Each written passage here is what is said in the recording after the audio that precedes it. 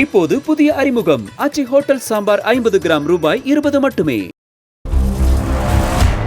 மக்கள் தொகை விஷயத்தில் ஜப்பான், தென்கொரியா உள்ளிட்ட நாடுகள் செய்த தவறை இந்தியா செய்துவிடக்கூடாது என ஆந்திர முதலமைச்சர் சந்திரபாபு நாயுடு பேசியிருப்பது பிறப்பு விகிதம் தொடர்பான விவாதங்கள் மீண்டும் எழ காரணமாக அமைந்துள்ளது. குழந்தை பிறப்பு விகிதம் தொடர்பாக ஏற்கனவே கருத்து தெரிவித்திருந்தார் ஆந்திர முதலமைச்சர் சந்திரபாபு நாயுடு. தொகுதி மறுவரையறையால் மக்கள் தொகையை கட்டுப்படுத்திய தென் மாநிலங்களின் பிரதிநிதித்துவம் குறையும் என்ற அடிப்படையில் தமிழ்நாடு முதலமைச்சர் மு.க. ஸ்டாலினும் இதே கருத்தை முன்வைத்திருந்தார்.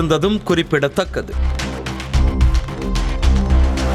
அதிக மக்கள் தொகையை கொண்ட நாடாக இருக்கும் இந்தியாவில் பிறப்பு விகிதம் சரிந்துள்ளதா என்ற கேள்விக்கு ஆம் என்பதே பதிலாக கிடைக்கிறது.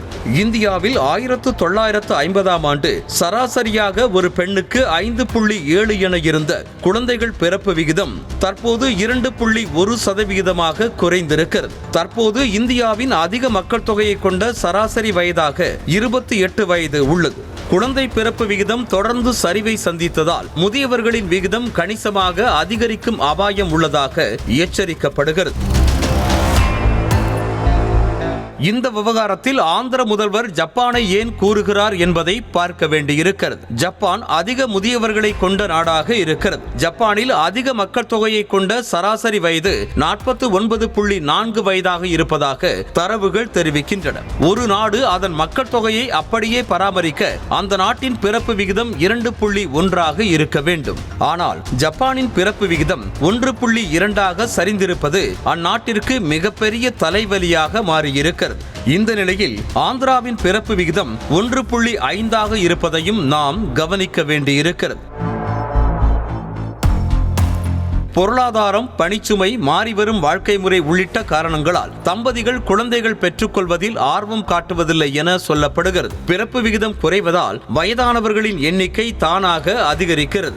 வயதானவர்களின் எண்ணிக்கை அதிகரித்தால் மனித சக்தி குறையும். இதனால் பொருளாதாரமும் கடுமையான சரிவை சந்திக்கும் எனவும் எச்சரிக்கப்படுகிறது. இந்த சவால்கள் எல்லாம் இந்தியா முழுவதும் பிறப்பு விகிதம் குறையும் பட்சத்தில் உருவாகும்.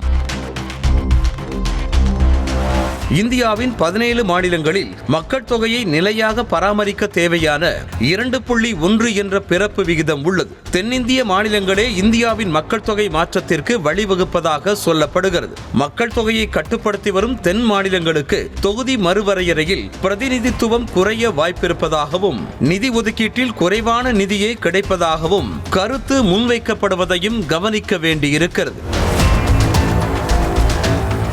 குழந்தை பிறப்பு விகிதம் சரிவு குறித்து தென் மாநிலங்கள் கவலை தெரிவித்து வரும் சூழலில் மக்கள் தொகை கணக்கெடுப்பை நடத்தி அதன் தரவுகளின் மூலம் புதிய கொள்கைகளை வகுக்க வேண்டியது காலத்தின் கட்டாயமாக உள்ளது. இப்போது புதிய அறிமுகம் ஆச்சி ஹோட்டல் சாம்பார் 50 கிராம் ரூபாய் 20 மட்டுமே.